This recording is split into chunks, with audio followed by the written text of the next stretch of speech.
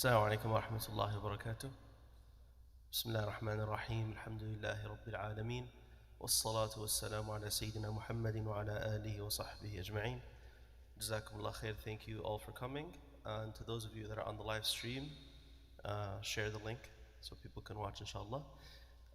As you know, we have this event and discussion. Hussam, how do I stop this from...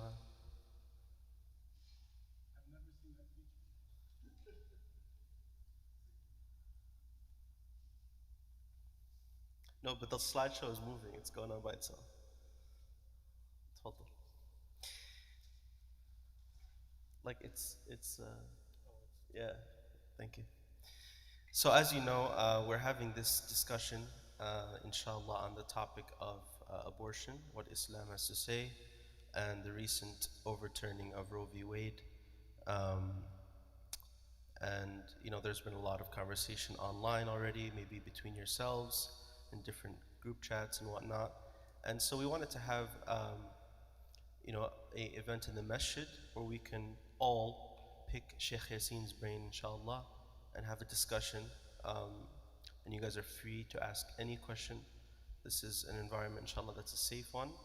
And feel free to ask any question. And if you don't feel that you have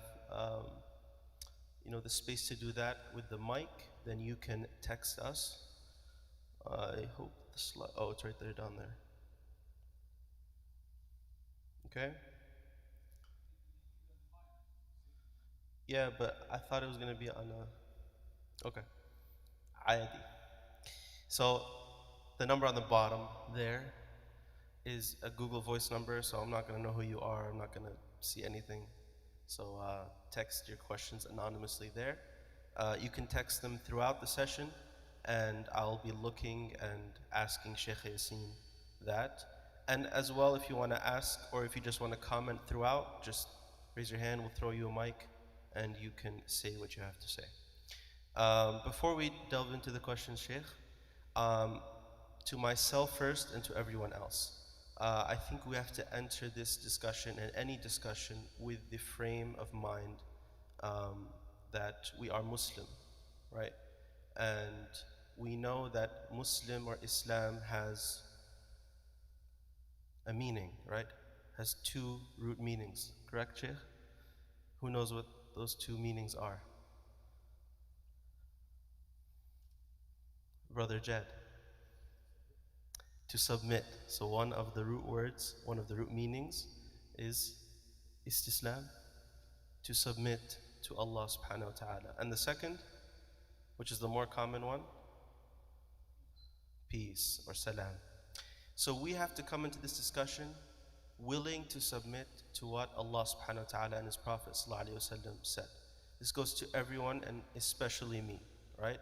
So if I walked in today, Brother Hassan, if I walked in today with my mind already made up, me, Radwan Subkhawi, I have a position on the matter, and Shaykh Yacine says something different, and he is representing, inshallah, the Islamic tradition, khalas, then I change my mind, right?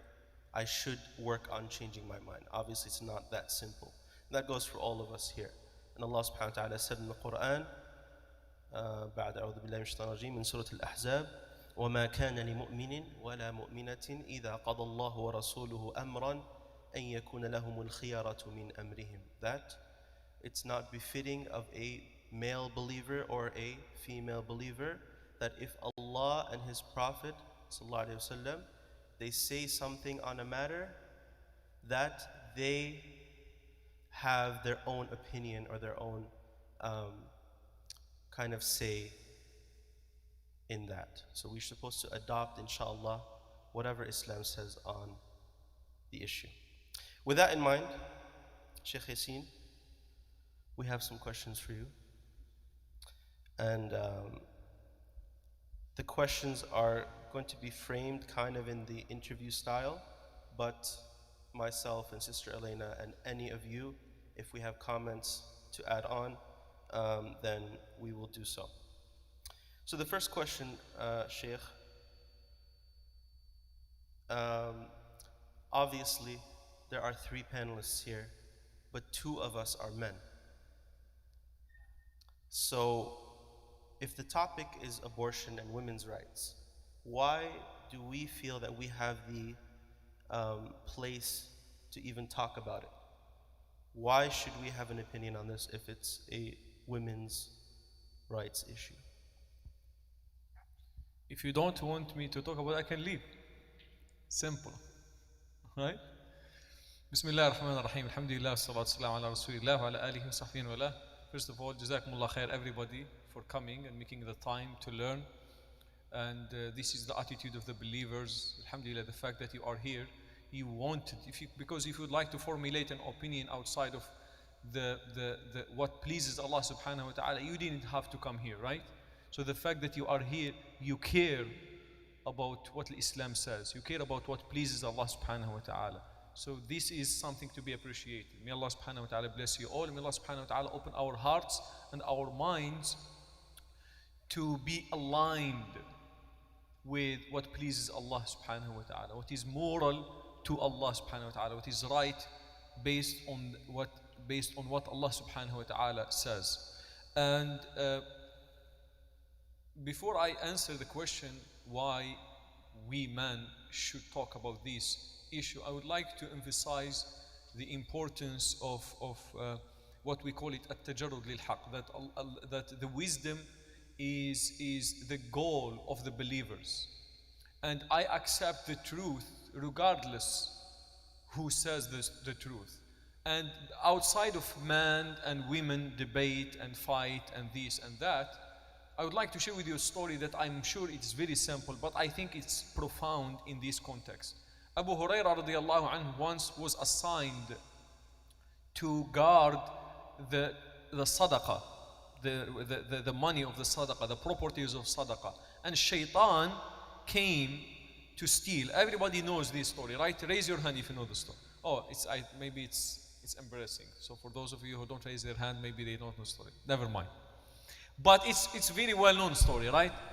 The point, the story is long, but Shaitan eventually taught Abu Hurairah something. He taught him a wisdom. He taught him something good.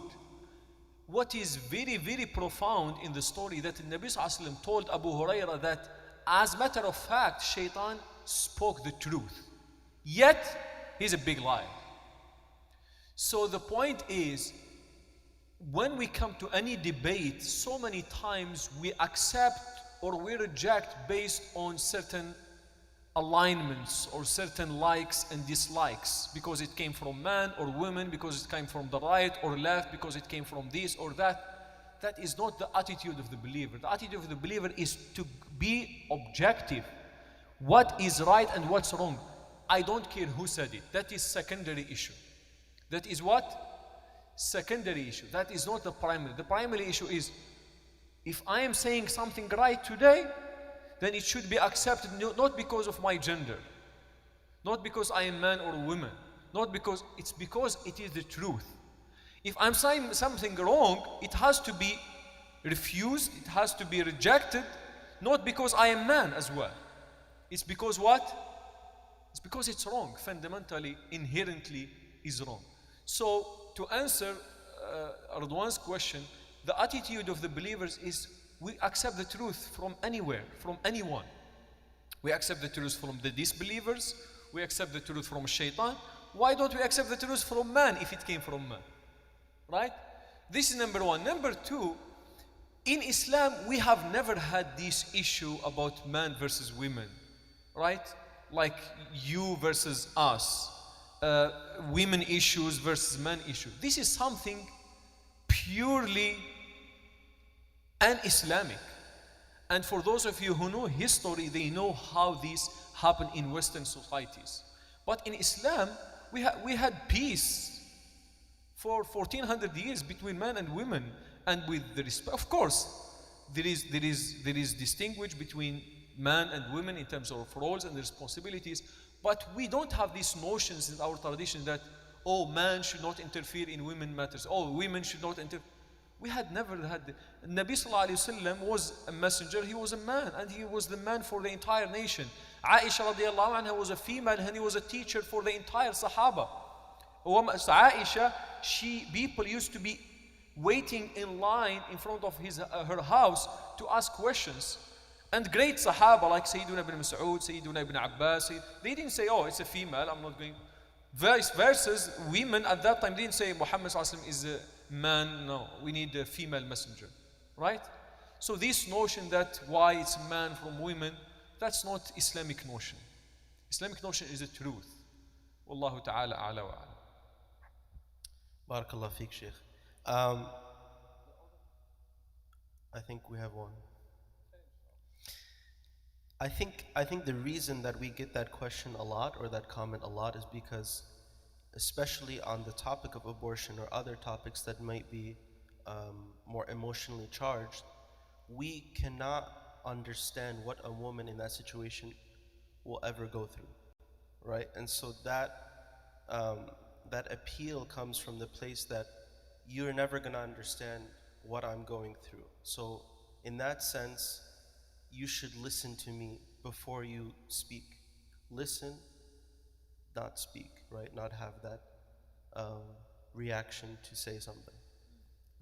Yeah, actually, that's true. But we are not speaking our minds, right? You are coming to me and saying you don't get pregnant, you don't go through these challenges, you shouldn't speak. I am not speaking. Allah who is speaking. Didn't Allah created women? Doesn't He know what He created? Allah subhanahu wa ta'ala said in Surah Al-Mulk, أَلَا يَعْلَمُ مَنْ خَلَقْ وَهُوَ اللَّطِيفُ الْخَبِيرُ. Doesn't He know what He has created?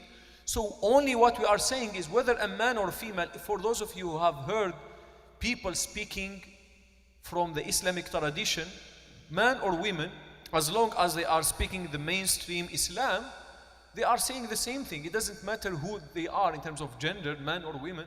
They are quoting the verses in the Quran, they are understanding the same verses the same way. Yes, in terms of there are certain understandings, we will never understand it like sisters, like the women who are going through, yet, but we are not speaking our mind. We are what? We are quoting Allah subhanahu wa ta'ala. And Allah knows you better than yourself. Do you doubt this, brothers and sisters? Do you doubt it? يَعْلَمُ خَائِنَةَ الْأَعْيُنِ وَمَا تُخْفِي الصُّدُورُ, Allah subhanahu wa ta'ala said. So when I'm speaking, not because I'm expert in these topics. No, I am not expert. Of course, there are certain topics that sisters know better. There are certain topics that brothers know better. But when it comes to abortion, it is Islamically, it's a resolved issue. We don't have any debate. When I say we don't have any debate, it's not problematic in our heritage, in our legacy. It is resolved by revelation, not by opinions of people. Because when it comes to life, as something as important as the life, Allah subhanahu wa ta'ala did not leave this to people's opinion.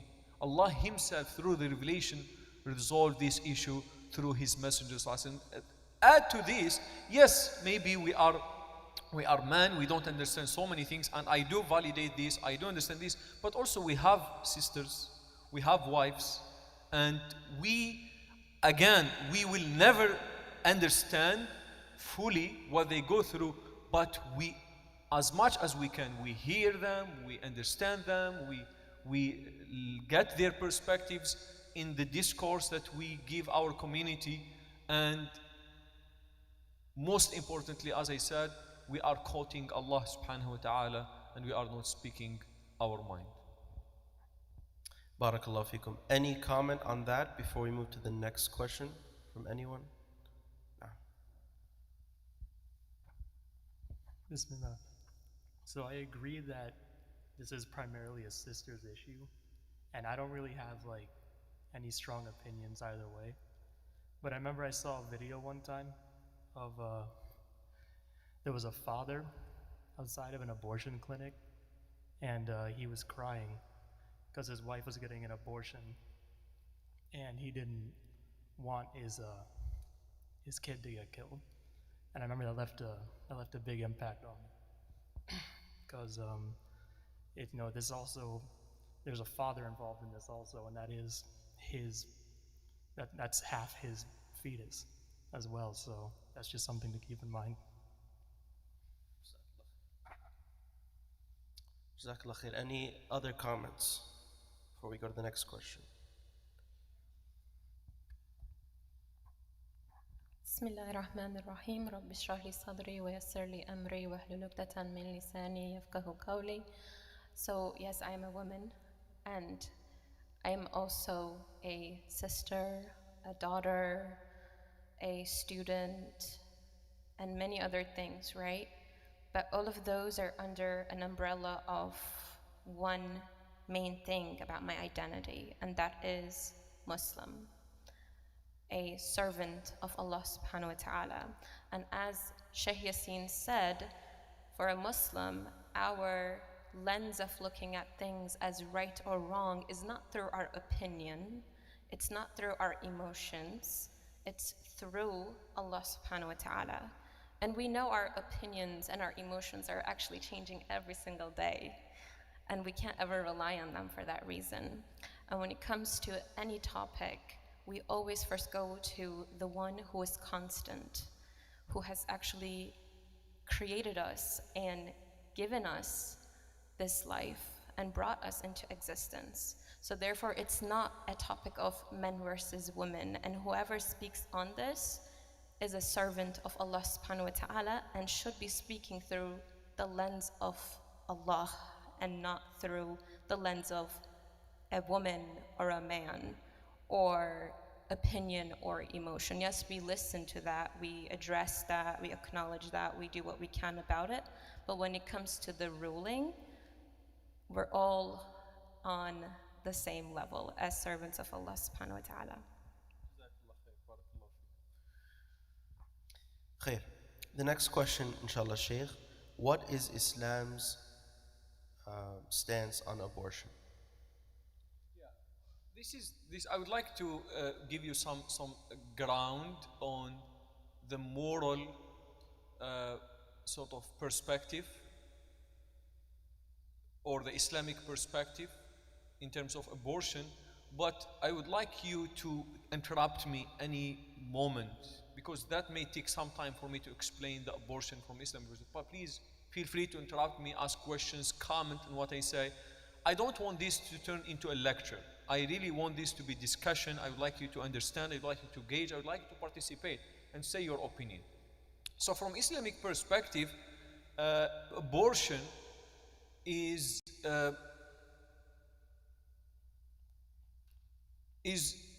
of course different stages of abortion, but we start looking at abortion from one life starts in the human being, because the entire debate about the abortion is about the sanctity of life, right?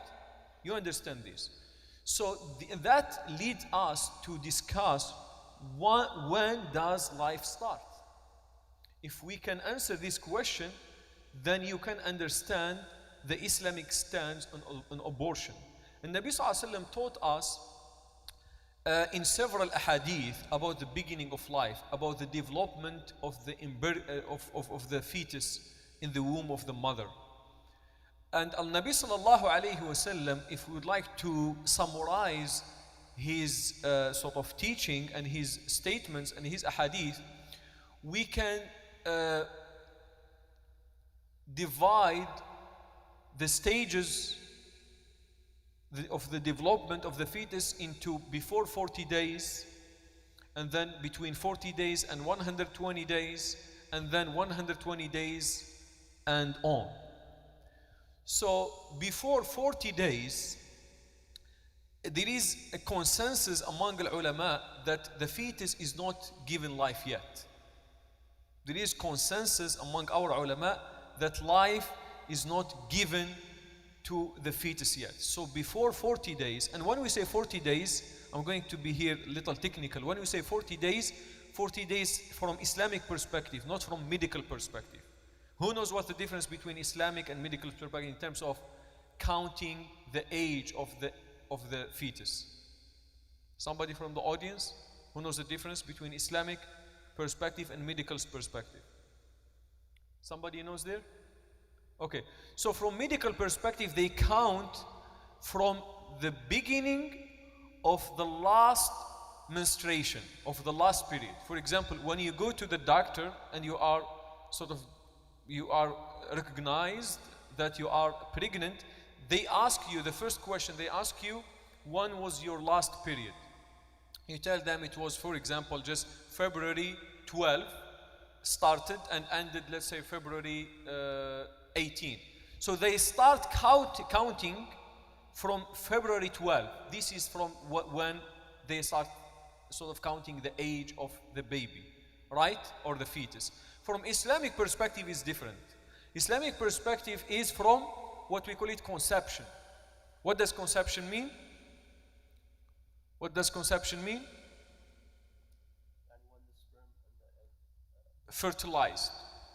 When the sperm and the egg fertilize. So this is when Islam is, I'm sorry, this is maybe uncomfortable discussion, but we have to understand this, right? And that usually that happens 2 weeks after the period. So when we say 40 days from Islamic perspective, how many days from medical perspective? How many? Yes, but what, in terms of numbers, what's the difference? In your case, 46. 40 days, 46? 6 days difference, right? No, I didn't say 6 days different. I said 2 weeks different. Did I say 6 days? No. Yeah. So the 40 days Islamic perspective, medically we are talking about 54 days. And this is why the ulama said the difference between conception and the last period is between 12 to 14 days. So when we say 40 days, we are talking about medically how many days? Let's say 52 days, right? 52 days, 44, how many weeks? How many weeks? Okay, so this is between 8 weeks. Before 8 weeks, let's say, agree here, that before 8 weeks there is no life blown into the fetus. Is that clear? Is that clear? Because that matters later on when we give the Islamic sort of rulings. Now, the Nabi Sallallahu Alaihi Wasallam, in one of his teaching, he taught us that at 40 days the development of the fetus is almost completed. Now the ulama, and in another hadith, Nabi Sallallahu Alaihi Wasallam taught us that the angel will breathe the soul into the fetus at 120 days. So you have in one hadith that the development is completed at 40 days, and you have another hadith that the soul is being sort of blown into 120 days. Here you find the ulama disagree between 40 days and 120 days about the sanctity of life. Some ulama said, no, since Nabi Sallallahu Alaihi Wasallam said it is developed at 40 days, there is a chance that life is given at that time. But the vast majority of ulama believe that life is given at 120 days. 120 days Islamic perspective. So medically how many? 132, 34. So add 2 weeks medically. Now, at 120 days from Islamic perspective, this is why there is consensus that life is given. If not before, then at 120 days life is given to the fetus. Now, if I would like to give a ruling, life has so much sanctity in Islam. And we, before 40 days, al-ulama allowed for abortion as long as there is a good cause. Doesn't have to be necessity, doesn't have to be emergency, it doesn't have to have any risk, as long as there is good cause. I would like to explain to you what are the good causes shortly, but before 40 days, how many weeks? How many weeks? 6 weeks, but Islamically, so if you add medically, how many weeks? 8 weeks. So we are talking about medically, when you go to the doctor, said you are 8 weeks pregnant, then you are within that time frame of 40 days. Before 40 days, al-ulama are lenient toward terminating pregnancy because they are in agreement that before 40 days there is no life given to the fetus. However, they still said good cause, good reason, because they don't want you to treat what is potentially human being, to treat it as like a piece of garbage. No, it still has hurma. Right? Now, let's go to the other extreme. After 120 days, there is consensus that life is given and pregnancy cannot be terminated. Please interrupt me if you have any question. After 120 days, Islamically, so medically, how many? 132 or 34, how many weeks we are talking about? Can you do calculation? 132 or 34 divided by 7, how many weeks? 19 weeks. So this is the time frame. So 18 weeks. So this is the time frame. Be careful. Around that time, be careful in terminating the pregnancy. So after 120 days, life is given, and that human being, I will give you just example that happened to me today. Somebody called me maybe 4 p.m. said there is a case where they buried a baby,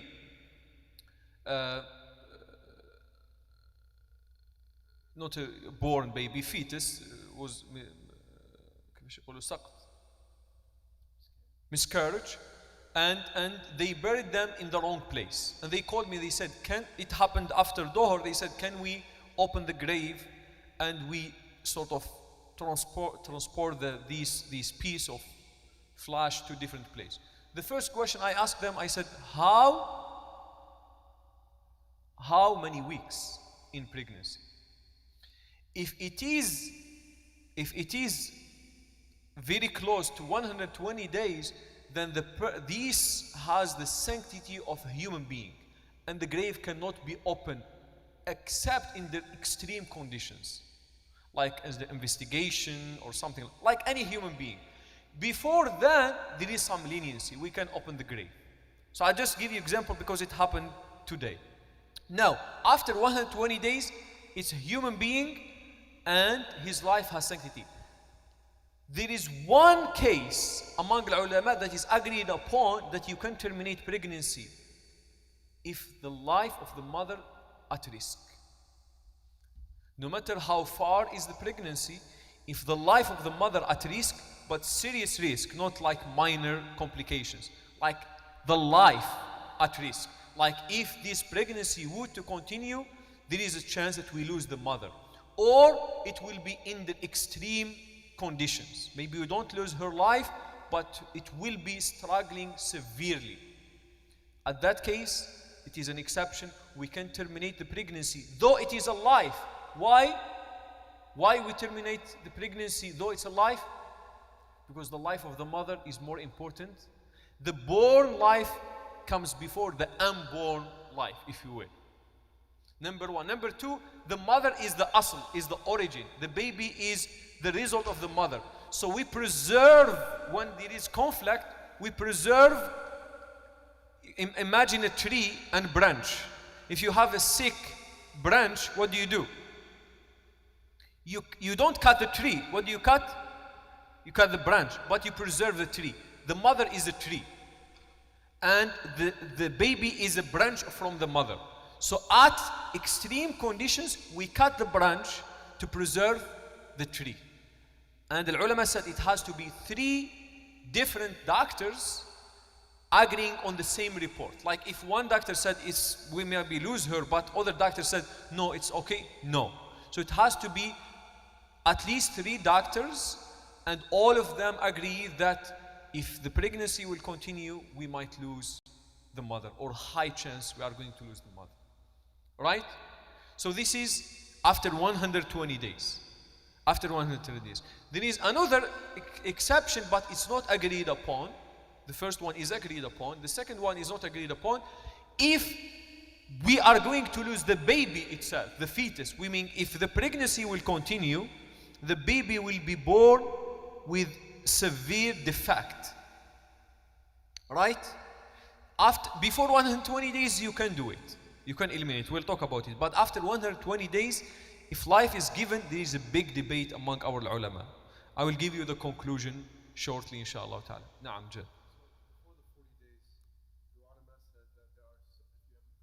Yes. Good question. He said, what are the good reasons before 40 days? For example, that happened to even my family members. My sister or my aunt or something, they have a baby of 1 year old and by accident get another pregnancy. And it's not easy to raise 2 babies. So it was accident. Is it a good cause? Yes. It's not, it's makruh. It is still makruh. What is makruh? Disliked, which is preferred not to do it. But if you say, no, I cannot take care of this baby and I'm pregnant, guess what? If it's before 40 days, you can do it. Another good cause, if it's rape. And rape, you can eliminate pregnancy. Another reason is financial burden, which is the most disliked cause, because it is an issue of tawakkul. Oh, I don't want another baby because financially we are not stable and extra burden. Guess what? We rely on Allah subhanahu wa ta'ala.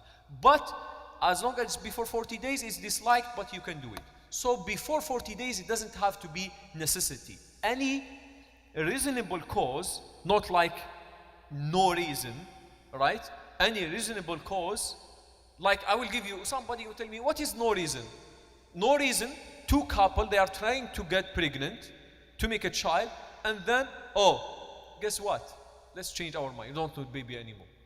You are playing with Allah subhanahu wa ta'ala, you're playing with, this is human beings, right? But as long as it was accident and it's not wanted, maybe some hardship in the mother, maybe education, mother has some plans for education and it will disturb her plans, and so on and so forth, that is acceptable before 40 days. Yes, sister? Yeah.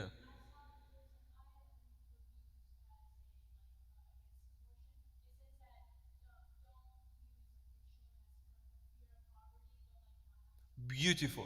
Allah subhanahu wa ta'ala, you know, it's very, very interesting. The ayah that prohibited abortion addressed the financial immediately after that. And Allah subhanahu wa ta'ala linked in the Quran abortion with financial burden, because that was the practice at that time in the Arabia. Most people were practicing abortion because of finance. Allah subhanahu wa ta'ala said, وَلَا تَقْتُلُوا أَوْلَادَكُمْ خَشْيَةَ إِمْلَاقٍ نَحْنُ نَرْزُقُهُمْ وَإِيَّاكُمْ. Don't kill these innocent fetuses, babies, out of fear of poverty. We will provide for them and you. We will provide for them and we will provide for you.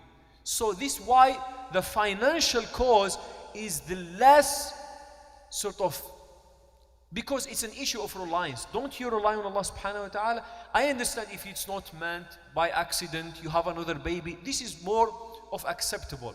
But financial burden, where is Allah in this equation? Don't you believe that Allah provides?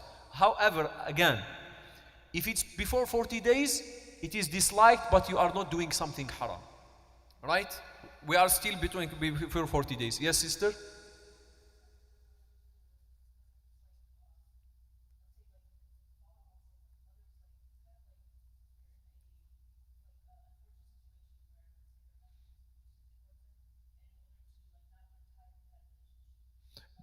Beautiful, beautiful question. She's asking if there is no good relationship between the couple, between husband and wife, and she's receiving abuse by her husband, and she figured she's pregnant. Can she terminate pregnancy because she didn't want to get tied? There could be divorce, there could be separation, and she doesn't want the kids to suffer the consequences later on. Is it a good cause? Yes. As long as it's before 40 days, it's a good cause. It's a good cause. When I say good cause, I mean acceptable cause. I don't mean saying it's a good something. Abuse is not good thing, right? Abuse is evil, it's injustice. But when I say it's acceptable reason. Brother Ahmed, yes?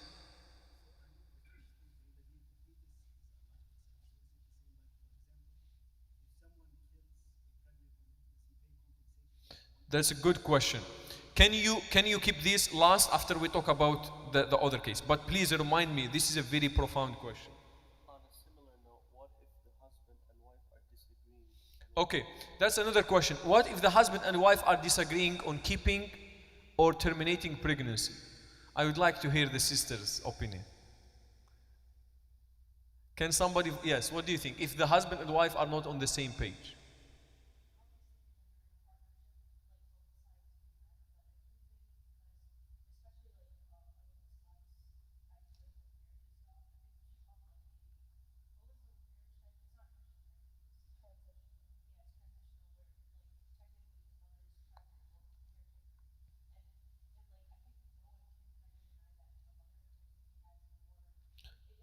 More say. Yeah. Yeah. That's a good question. So al-ulama, this is how I answer this question. If you like me to answer this question, Radwan, the traditional way is going to take a time. But if I would like to give you the summary, here's the summary. If there is dispute between the husband and wife about keeping or terminating pregnancy, they need to go to counseling. They need to go to an imam. They need to go to a guide. Because if the imam will validate the concerns of or the even Islamic state, they go to the judge. That doesn't mean they are fighting. It's just they need external support. Okay, you have an opinion, I have an opinion. Let's go ask somebody who has wisdom and knowledge. If the judge or the imam or the scholar or the counselor or the therapist said this is a valid, they're saying to the husband, and you have to respect her decision, then guess what? That is a decision. But if she has unrealistic fear or some concerns that can be easily resolved, then the judge or the imam might convince the mother to keep the pregnancy. However, in the 4 schools, 2 schools out of 4 schools gave the mother the final decision. The final call is for the mother about keeping or terminating the pregnancy. Out of 4 schools, 2 schools gave her the right to make the final decision, as long as it is a good cause. As long as it is a good cause. However, the other 2 schools, they said it has to be mutual decision. For me, to give you the conclusion, it should be with consultation with sort of external an imam or a judge or therapist, where inshallah ta'ala will validate the cause and make decision accordingly. However, the Islam does affirm that mothers have more say on pregnancy than the husband, but as the brother said, but also the brothers or the man has feelings, attachment toward this. While Islam, there was never fight between men. It was just partnership. It was coherence. It was and in the last 100 years, there is a movement from this side, there is movement, and Muslims just are following the flow. These women, why they talk about us? Why speak about? No, that didn't happen in our history. And our history is there is coherence, there is takamul, complementary role, and we are not fighting. We complement each other. And Allah subhanahu wa ta'ala created us to complement one another, not to fight each other, not to compete negatively against each other. Who has the authority? Who has more kada? Who has more say on the size? That's not how Islam views this. Yes, sister?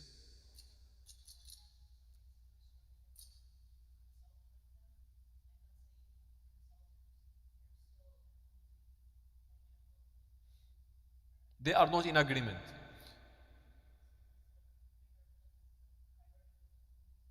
This is what I'm saying. There are 2 schools out of 4 schools gave the mother the final call after consultation. But you have another 2 schools in the Islamic tradition. They said it has to be mutual agreement or decision. But neither one of the schools said the father can terminate the pregnancy by himself without the agreement of the mother. But you find the other way, the other way, that you find some schools in the Islamic tradition that allow the women to terminate pregnancy, but it's not healthy. You know, if I put myself in this, of course I understand the challenges of the system. This is why I said the best way is to do it mutually and with consultation. Because if you terminate pregnancy that I believe it's my son or my daughter, then I will live forever with that pain, and that will never be good relationship anymore. So you have to find a way to do it that everybody heart is sort of clear and clean with it, and Allah knows best. Sister, maybe Elena. I got a lot of questions based on your response Islamically.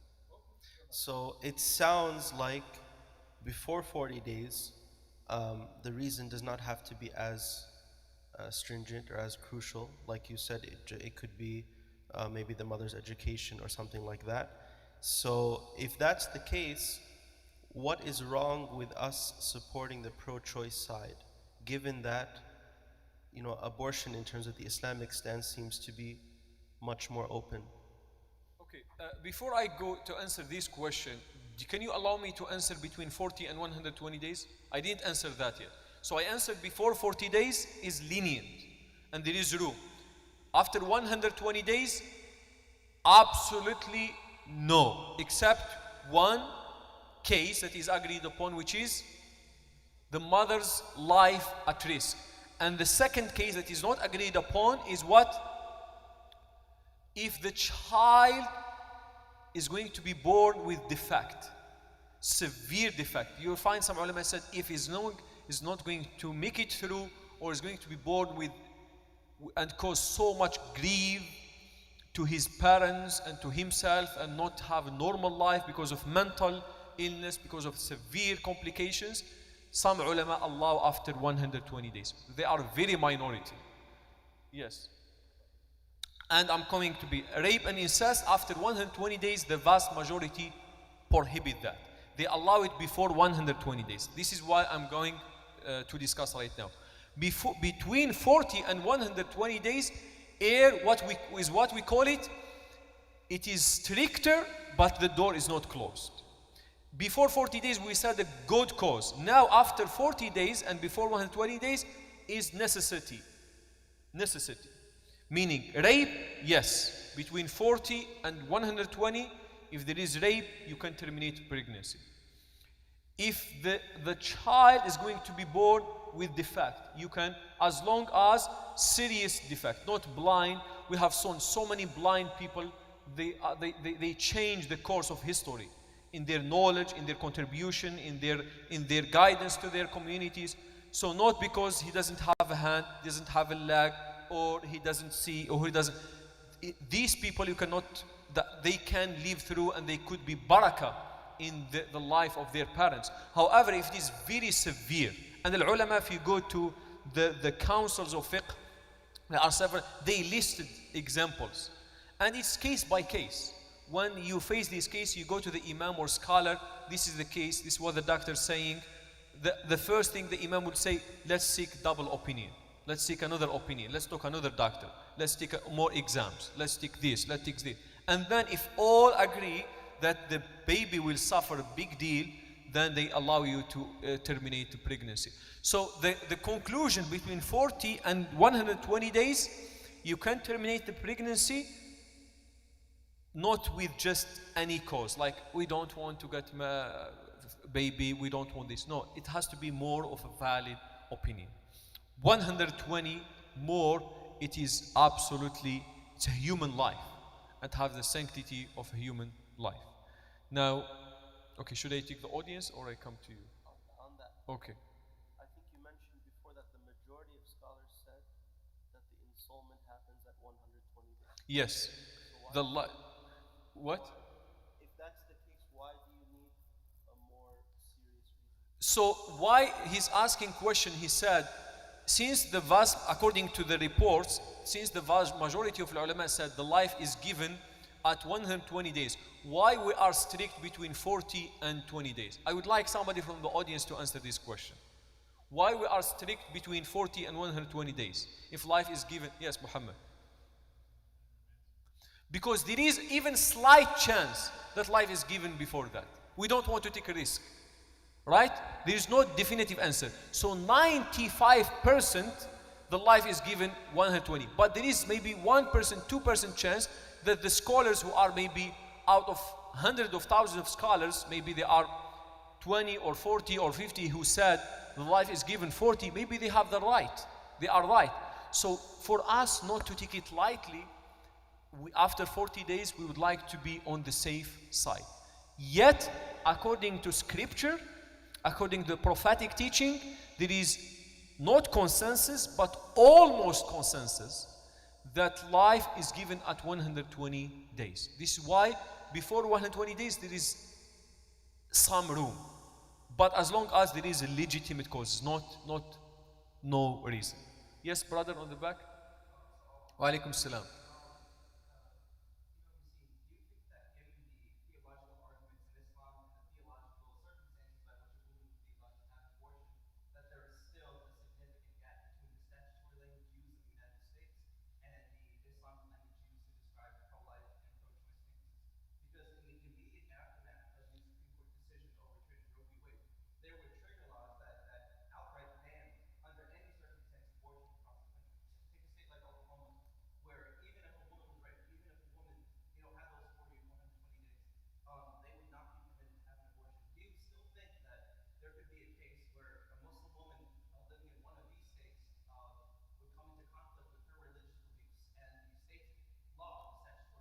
Yeah, that's a good question.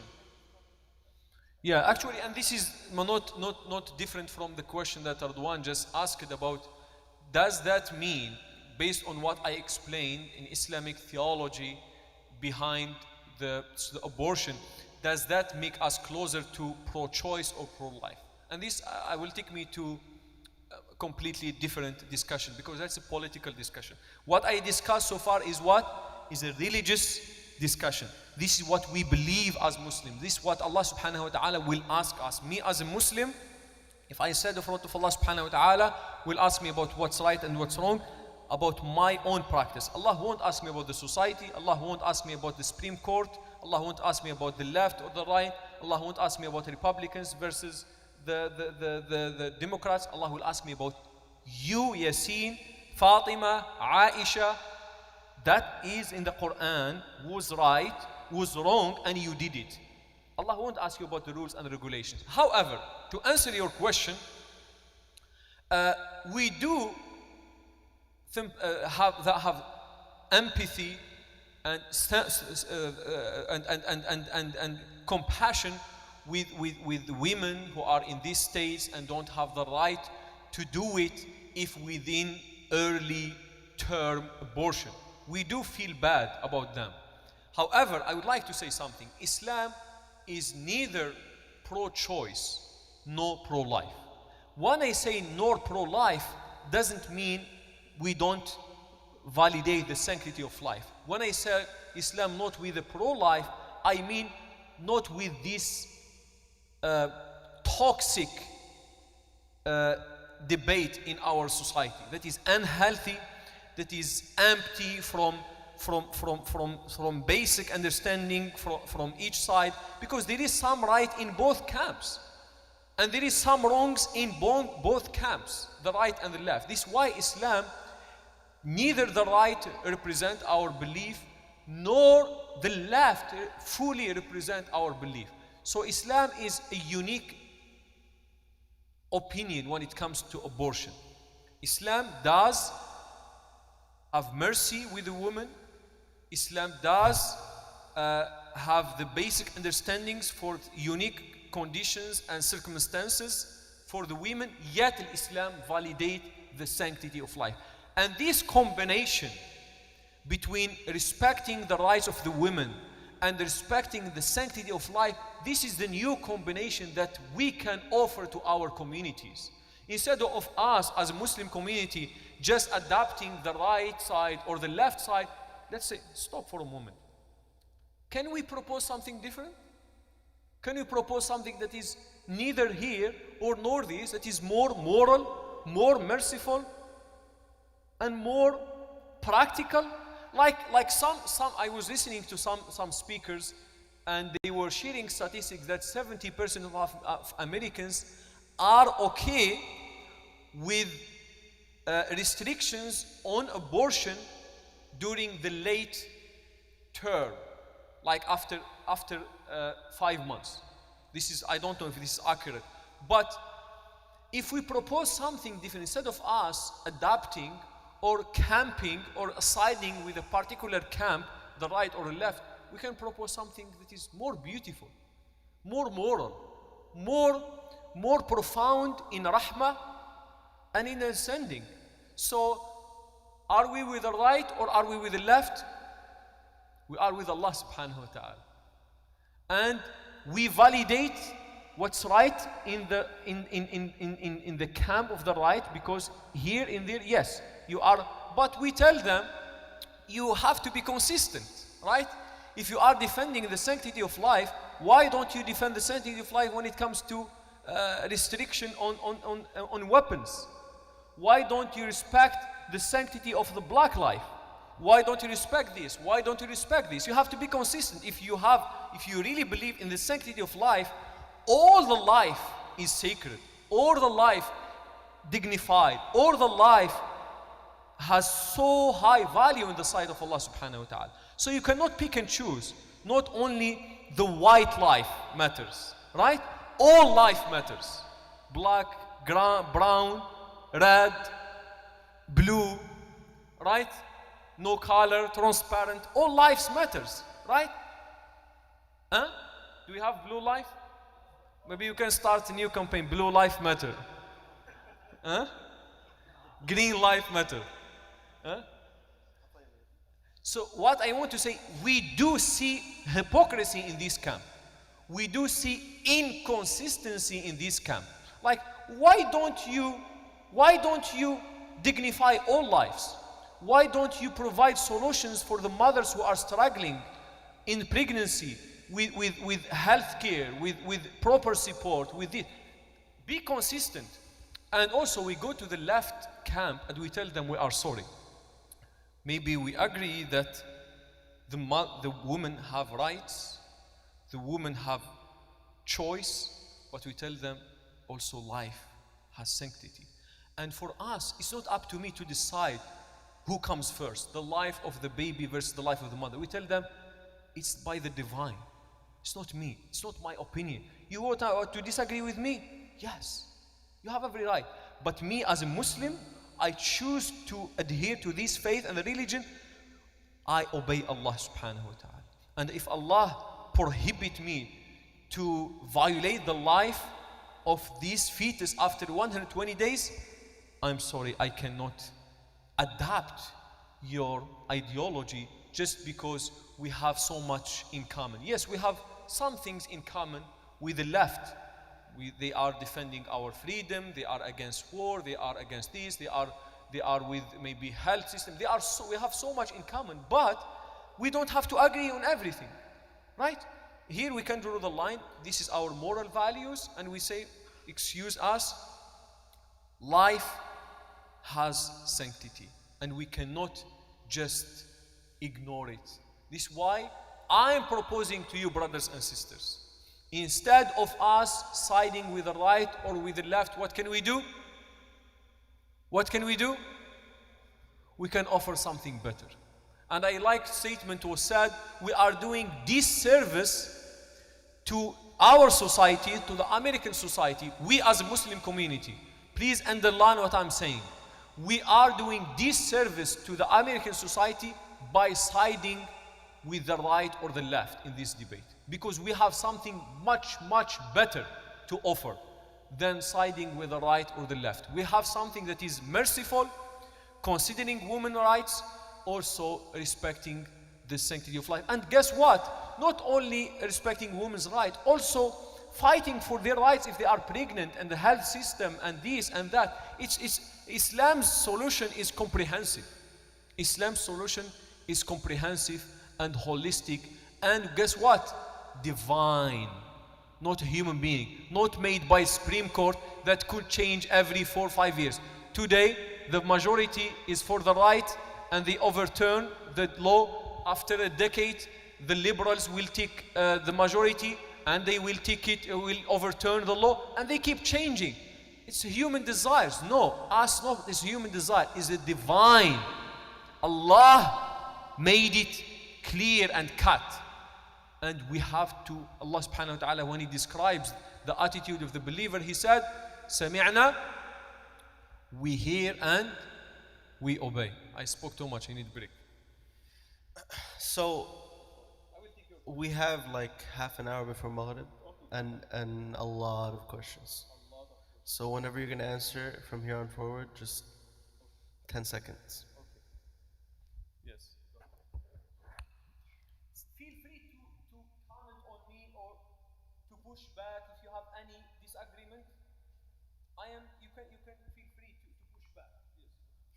So a lot of people understand the Islamic perspective, but they're confused about what to do, and you did sort of answer it like in terms of pro-life versus pro-choice, and they're saying like, what should we feel? Like, should we be upset? Should we celebrate? Should we post about it? Should we go to like a pro-life or pro-choice parade? Like, what is our duty right now? What action are we supposed to be taking? That's a good question. I think I partially answered this question, but if I add anything, I would say we neither celebrate nor we should be upset. Probably for some, there is a segment of women in the society that will be suffering unnecessarily. We are upset for them, and we should have empathy with these segments. But also, we should not be taken by this toxic debate. Brothers and sisters, let me tell you something that is so Islamic. I would like you, wallahi, I beg you to understand what I'm saying. It is very Islamic. We don't have to have stand in every matters happen in our society. We don't have to post for every incident take place. We don't have to take part of any fight that takes place in the society. You know, the Islamic teaching is be silent unless if necessarily otherwise. There is debate, and you see both sides are not necessarily representing fully your moral values. Just guess what? If you are in position of authority and influence, if you are a journalist, if you are a professor, if you are an imam, if you can propose something better to the society, please go ahead. If you are a writer, if you are a scholar, go ahead. But if you are a layperson like me, like you, just ask Allah subhanahu wa ta'ala guidance for everybody. Sometimes you have naturally to feel sad and bad for certain victims by this, but in the same time, you have also to feel bad when millions of fetuses were being aborted illegitimately. So you cannot be hypocrites as well. If you feel bad for the sisters, for the women who are being maybe hurt by this decision, also you have to feel as bad for the millions, hundreds of thousands of babies they were terminated with no legitimate reason. You know what I mean? So this is a proper Islamic stand. If I feel bad here, I have to feel bad here. But at all we don't have to celebrate, because that is not a thing to be celebrated, believe me. It is a very toxic, it's a very wrong approach, and we all, so many minorities, by the way, don't believe in necessarily in the right or left. This is what is created for us, and we are being told you have to take a side. No, excuse me, I don't have to take a side. I don't have to take a side. Jazak, thank you so much. I wish the best for the society, but I don't have to take a side. It's very simple. So to your question, what should I feel? Strive to make a positive impact. This is what you should feel. Ask Allah subhanahu wa ta'ala that one day you are in a position of influence where you can present the Islamic values. You don't have to celebrate because it's not something to be celebrated. And you don't have to also to go to this rally or that rally, because neither one of them represent our values and our teaching.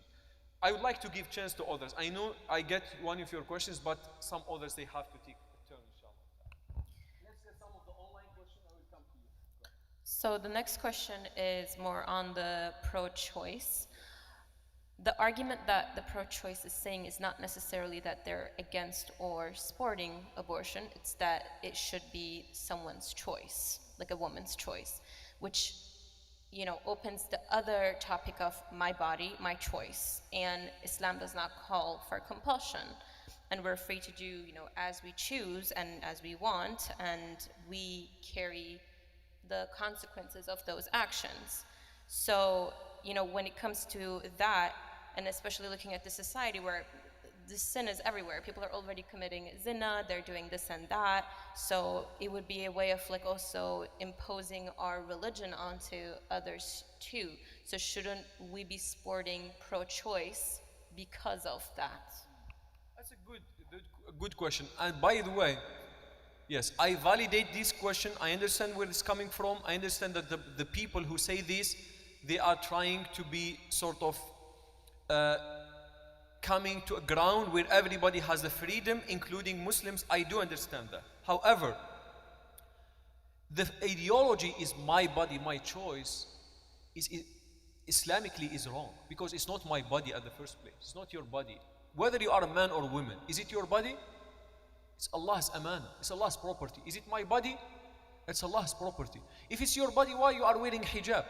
You can do whatever you want. Of course you can do whatever you want, but you are obliged to obey Allah subhanahu wa ta'ala. So we don't believe in the freedom that we believe in the ubudiyya of Allah subhanahu wa ta'ala. Of course, every society, everybody in the society, every minority, every group, they have the right, they have the freedom to practice their own faith, to practice their own values. But we as ideology of Muslims, we believe in al-ubudiyya. We believe that we are servants of Allah subhanahu wa ta'ala. And we believe that our freedom is restricted by what Allah subhanahu wa ta'ala said. Having said that, why don't we celebrate, why don't we support pro-choice? Because pro-choice gives everybody the right to do whatever they want. The very basic answer to this, because pro-choice is not taking into consideration the hundreds of thousands of fetuses and babies, they are being violated with no reason. And because of that, Islam does give so much value and so much sanctity and so much respect to these makhluqat, to these creatures. So basically we cannot, it's not in the equation of the pro-choice. Since it's not in part of their ideology, then it does not represent us. So we are looking for anybody who can take the women's rights into consideration as well as the baby rights into consideration. If anybody is fighting for these two rights, we are with them.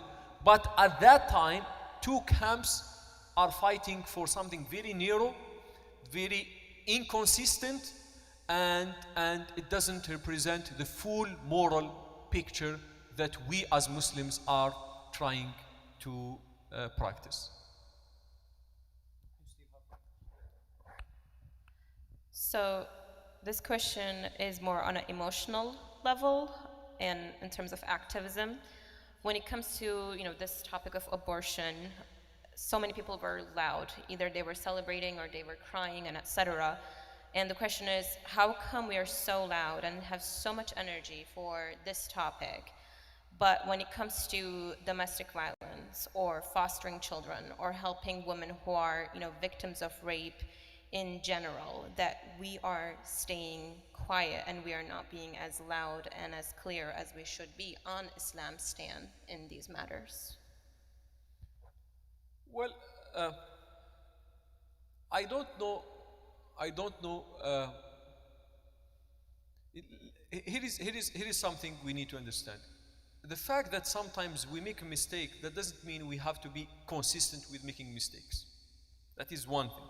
Now, if I lied at some point, right, which is a mistake, I cannot say, oh, I have to be consistent and keep lying, right? I have to do the right thing. Now, are we doing the right thing when it comes to the other matters? We can debate this, if we are doing the right thing, if we are doing enough about domestic abuse, about this, about that. We all understand this is wrong, and if you are part of our community, at least you have heard what we are talking about this. You have heard Sheikh Ja'far, how many khutbahs he did about domestic violence, about women's rights, about, if you are part of our community, you know that. But tell me once if we give any khutbah about abortion. We have never given khutbah about abortion. So as a matter of fact, when it comes to us, we are very consistent with our values. I understand not everybody is consistent, but what I want to say is the fact that some people are making mistakes does not mean we continue to make mistakes. But in the same time, I would like to say, I would like to call upon these leaders in the Muslim communities to be consistent and to be more understanding and to be more or sort of taking priorities. Yes, abortion is an important discussion, but wallahi, it is not as important as domestic violence. It is not as important as this topic. It's not as important as these topics. So we have to set our priorities sort of wisely and properly in the right order. And we do recognize this deficiency, but we have to deal with it wisely. Not we have to go to the other extreme, right? When somebody makes a mistake, the right way to fix it is not to go to the other extreme, is to deal with it with wisdom and kindness. Jazakallah khair, Shaykh. So one also point that's brought up is if we ban abortion, that's not going to stop women from getting abortion. It's just going to kind of push them to do unsafe abortions, which will risk their lives in the process. So shouldn't we kind of just vote for pro-choice or support pro-choice for the betterment of all mothers and children? As I said, and I will continue to say it, there is something better we can do. Why we keep asking the same question that why don't we be pro-choice because X, Y, Z? I'm telling you, we can do something better. We can propose a more holistic, unique, moral, merciful plan instead of us just taking a side. So yes, if the abortion is banned without proper consideration, it will be very risky for the women, though it will happen anyway. However, it might jeopardize their life at the end of the day. But let me tell you something. You know, in all this discussion, we Muslims at this point, the way we are, wallahi, we don't matter. Let's say we took a side with pro-choice. Are we going to make any difference? No. If we take side with the right, are we going to make any difference? No. Then who bothers what is our opinion? Who bothers? Like the Supreme Court called us, called the Imams, are you okay with me overturning this? Oh, I said, yes, I'm going to celebrate it, go ahead. Nobody called me. Nobody called any Imam, nobody called any Muslim leader. So, like taking this like as if it is very important, our position will make a difference.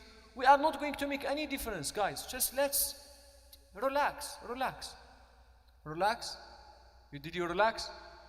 Everybody relax? Yeah. We are not going to make any difference. However, for the long term, morally, we can contribute positively to the society. This is what should be the focus. Can we, not only with abortion, with so many solutions, with so many issues in the society, right? Like gun control, like the Islam, there is philosophy. There is philosophy of security. There is philosophy, and it is from the divine. We are not trying to impose it on any society, but if you'd like to listen to us, there is a panel. This is what we believe as Muslims. So my answer to all these questions, we are doing disservice to our society by taking any side. This is the bottom line. We don't take any side. We do have empathy with so many cases. However, we have our unique stand, and we would like to teach people about it. We don't try to convert the society, but we would like them to know the guidance that we have. They might like it one day. You never know. You never know. And there are so many laws and regulations that go with the spirit of Islam, not knowing, you know. I don't want to get to some example because it takes so much long, but this is my answer. But I would like to add something, and I would like sisters here to be patient on me, and don't jump. I need maybe bodyguard right before I say it. Can you provide me? I'm just joking. Wallahi, I love you, brothers and sisters. I'm saying this out of love. Let's take a step back. Let's take a step back. And let's analyze the abortion case in the United States. What are the statistics when it comes to abortion? What is the vast majority of abortion cases in the United States as the result of what? Can somebody answer this question? Can somebody ask this question? Yes? The question is, we are talking about abortion, and abortion is, there are variety of cases and scenarios in the abortion. Abortion can be a couple married, they get pregnant by accident, and they need abortion. Abortion can be a couple getting married and the pregnancy is causing hardship to the mother because of sickness. But also, this is less than, at the best case scenario, maybe 1, 2, 3% of the abortion cases. 95% cases of abortion as the result of what? Of fornication, of zina, of illegitimate sexual relationship, premarital relationship. So by us being like foolish and going out, we are pro-choice, we are indirectly also supporting immorality. We are indirectly supporting sex outside of the marriage institution, which is against our values. And these are the vast majority of abortion cases. Yet, I'm not saying it is limited to this. Please don't get me wrong. There are so many legitimate cases, and this is why Islam is practical religion, is merciful. Islam differentiate, distinguish, and gives every scenario its right. But when it comes to the United States sort of implications, of course we don't control people. If they would like to have sex, premarital sex, it's up to you. You are free. But in my religion, it's haram.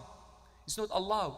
So I cannot give you the green light or stand with you all the line. You do whatever you want immorally and then kill innocent baby. No, don't do it at the first place. If we stop, not me, I don't have the right, but if morally, if the society wakes up and don't do sex before marriage, 90 plus cases of abortion are resolved. And then we have 10% we can easily resolve it. We have 5% we can easily resolve it. Of course, this is an unrealistic solution, right? This is why it's not our business. It's not our business. So someone asked, what about Islamically, because you brought it up, where an unmarried couple wants to have an abortion because of zina? Yeah. So if the abortion is as a result of zina, zina is any sexual relationship that is outside of marriage, called zina, fornication, adultery. So now, if you get married, if you are not married, you made a mistake. It's a major mistake. It's a severe mistake. It's very immoral. It's haram. It's a major sin. But may Allah subhanahu wa ta'ala forgive all of us. We are all sinners. No one is perfect, including myself. If you made a mistake and you are pregnant, can you terminate your pregnancy? First of all, you have to repent to Allah subhanahu wa ta'ala. It's a major sin. Number two, yes, you can terminate your pregnancy as long as before 40 days. Now, if it went above 40 days, between 40 days and 120 days, still I, as Yacine, I will tell you, do it to preserve your dignity, to preserve your right, but you will find disagreement among ulama, among scholars. But if you made a mistake, then if you'd like to not to bear the consequence, do it as soon as possible. Why you wait 5 months? Why you wait 6 months? Right? So, of course, maybe 40 days sometimes is difficult to know that you are pregnant within 6 weeks. But you definitely know before 120 days. So, again, I'm not saying this, which means, oh, go ahead, commit sin, and then do abortion. I'm not saying this. But if it does happen, Islam is very practical religion. As long as this fetus is not a human life yet, there is a room for sitters, so we cover your mistakes. Yes, sister?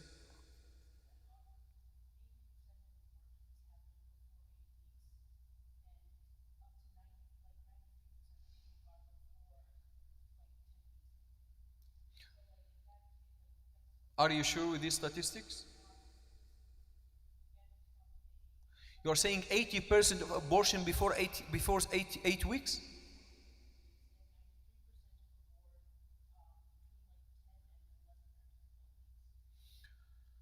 I don't know how accurate is these figures, but again, if this is the case, what we are saying Islamically, regardless of any statistics, Islamically, we don't encourage abortion so people can have sex whatever they want and then, oh, there is a room for you. We don't take this approach. But if it does happen, there is a room for you in Islam. Before 40 days, if there is a good cause, you can do abortion. Now, whether these statistics is accurate or is inaccurate, Allah knows. I'm not an authority in this field. But that does beg the question that if the majority of abortions in this country would be allowed from an Islamic standpoint, then shouldn't we be okay with? I'm repeating. I'm saying if we just say yes, let's say not 90%, let's say 100%. 100% of abortion happened before that time. We don't take this side. Why? Why? Why? Who can tell me why? Because we are supporting sex outside of marriage. So openly we cannot say yes. Of course, case by case, we resolve it. But we cannot openly give green light to people do something wrong and then we tell them, we are going to take care of it. Do whatever you want and call us. We'll take care of it. No. You have to bear the consequences. Don't do anything wrong. If you are doing something wrong anywhere, take it very conscious. Right?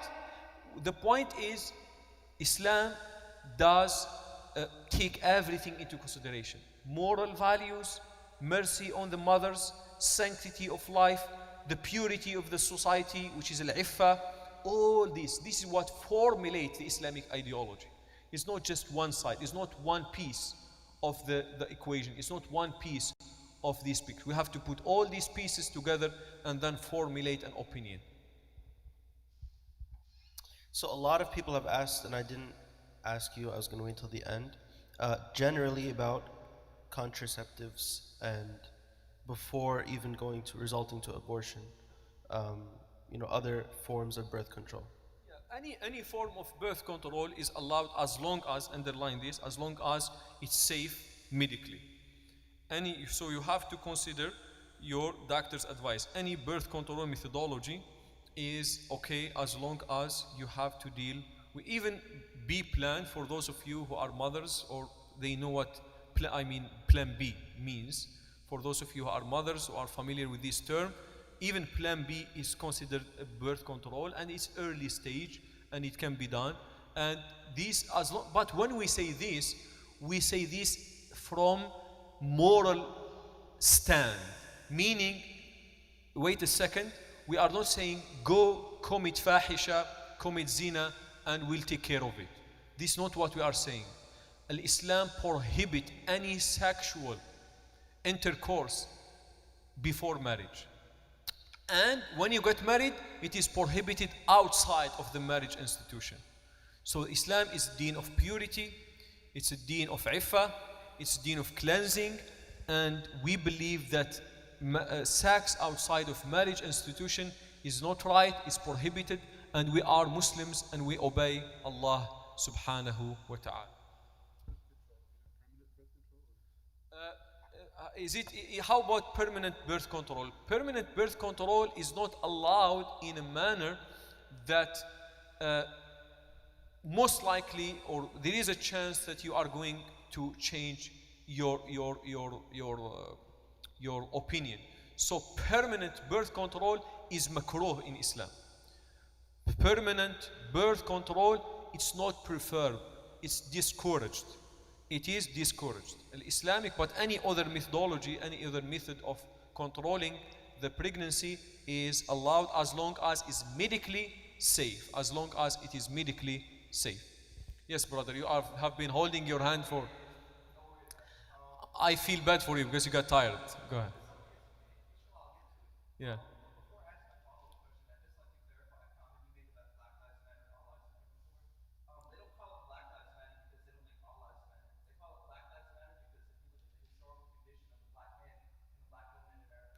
Of course, of course.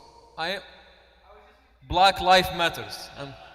When I said that, I didn't say this to in the negative way. I said this to criticize the other side, the right side, who just look at the sanctity of life for the unborn fetuses. Like the unborn fetuses, they have the sanctity, but the sanctity of the black communities, the sanctity of the Muslim life in Iraq and Afghanistan, in all these lives don't matter.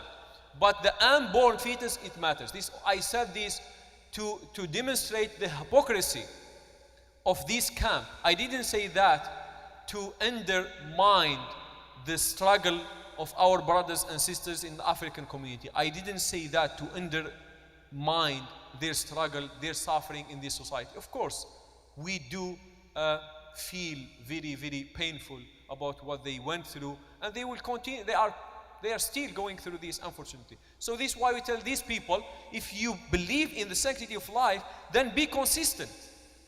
Be consistent. Every life matters. Every life. Every life matters. Yes. Let's give the chance to others, please. Yes, brother, go ahead. Yeah.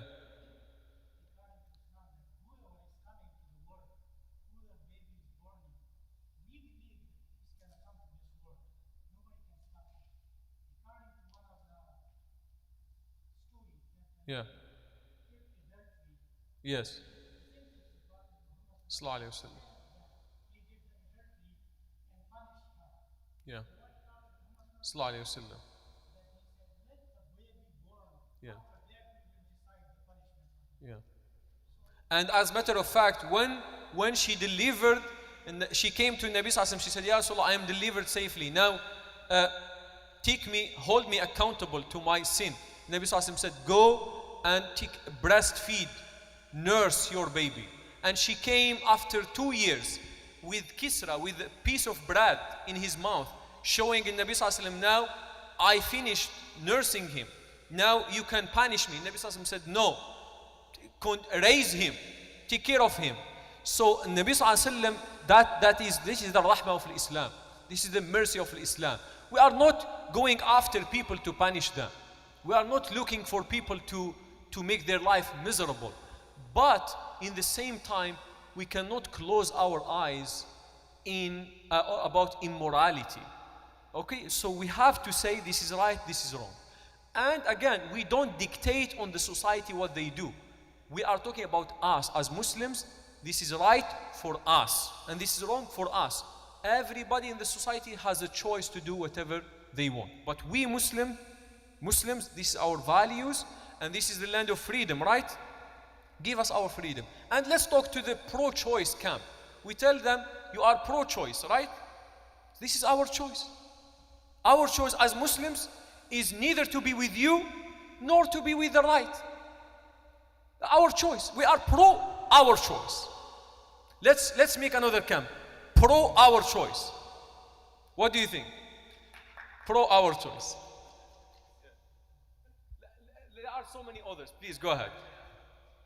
Okay, go ahead.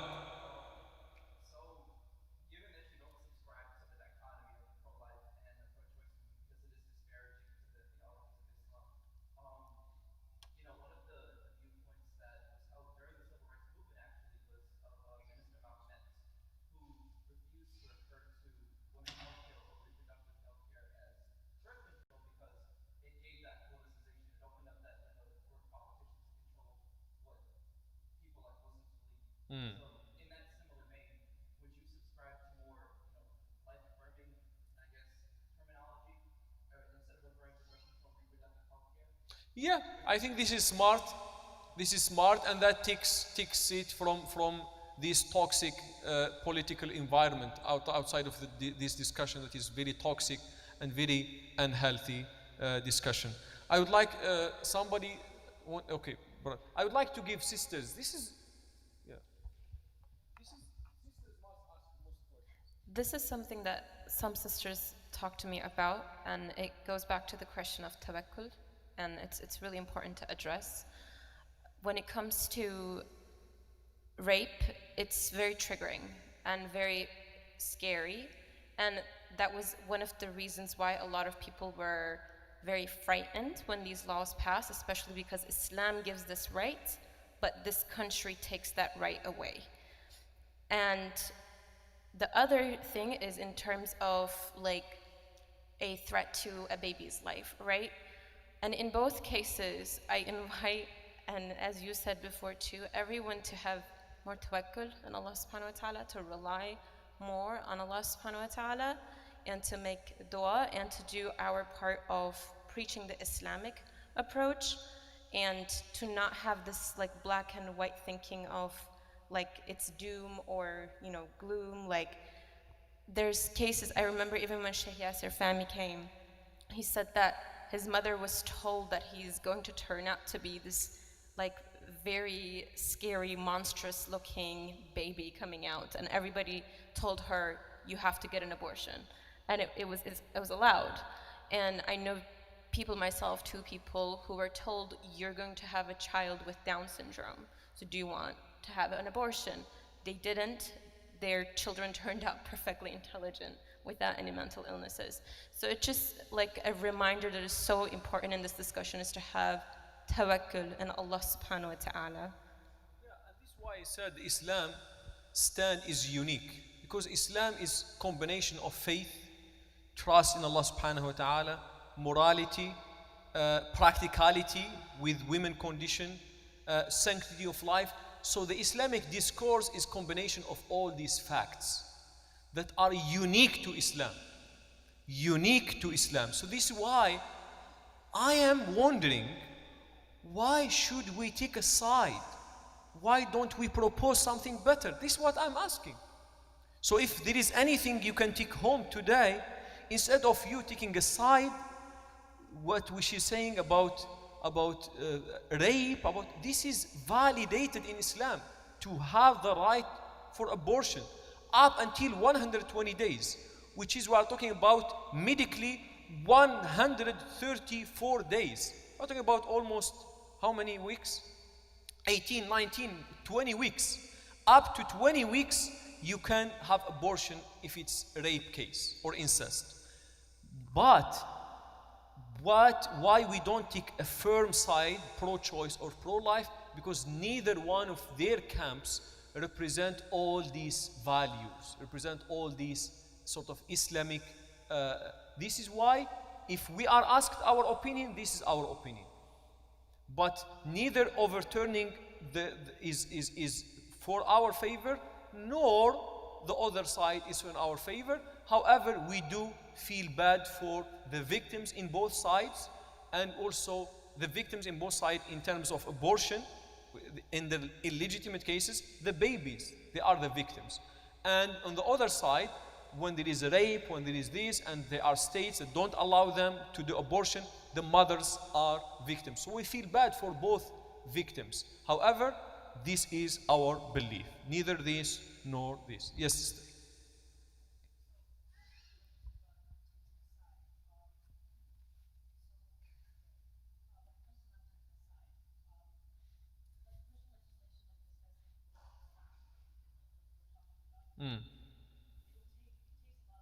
Yes. Yeah.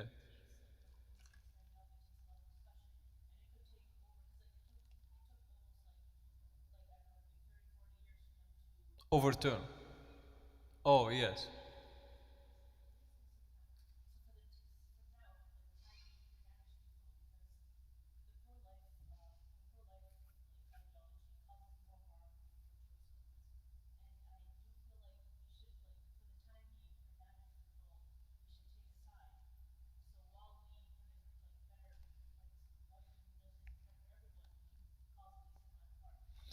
This is where we disagree. I do respect, she's saying for the time being, as we are promoting the Islamic values, the Islamic vision for with regards to abortion, why don't for the time being we take a side? And she thinks that the right camp cause more damage than the pro-choice, so let's take a side with the pro-choice. This is where we disagree. Why we disagree? Number one, because it is ideology issue. It starts from my body, my choice. And we believe it's not our bodies, it's not our choice, it's Allah's choice. So it's ideology issue, number one. Number two, it's about morality. This movement, in the midst of what it's promote, pro-choice, it promotes immorality. It promotes dul fahisha, sex, whatever, as the word you want, do this, and we don't approve of these matters. So it is a package. If we side with them, then it is a package. And we don't want to be associated with the package, because there is a portion in their movement that does to be validated, to be approved, but they are also so much wrong as well. So we, Islamically, we are not allowed to take a side, though I understand the politics behind it. I understand what you want to achieve, but we believe that is not the right thing to do. Because from education perspective, there will cause more damage to a generation to come. If you and I compromise right now, your children will compromise more. Our grandchildren will compromise more. And then guess what? Now we are compromising abortion. Tomorrow we compromise homosexuality. After tomorrow we compromise another issue. And then after we nullify our deen step by step. So we take stand firm from the beginning. Yes.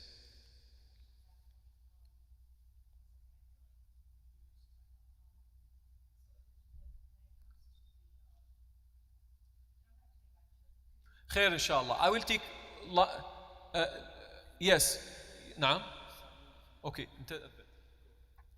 Should we return after? So why don't we do part 2? Should we do part 2 after Maghrib or do it after Eid? After Eid? So let's inshallah, let's come after Eid. Let's celebrate Eid, enjoy Eid, bring some sweets for me, not for and then, you got it? Yeah, he brought to me some sweet this morning. But inshallah ta'ala, we'll have session 2 where we address all these issues inshallah. Let's now call the adhan. I will answer your question after the adhan, okay? Erdogan, call the adhan.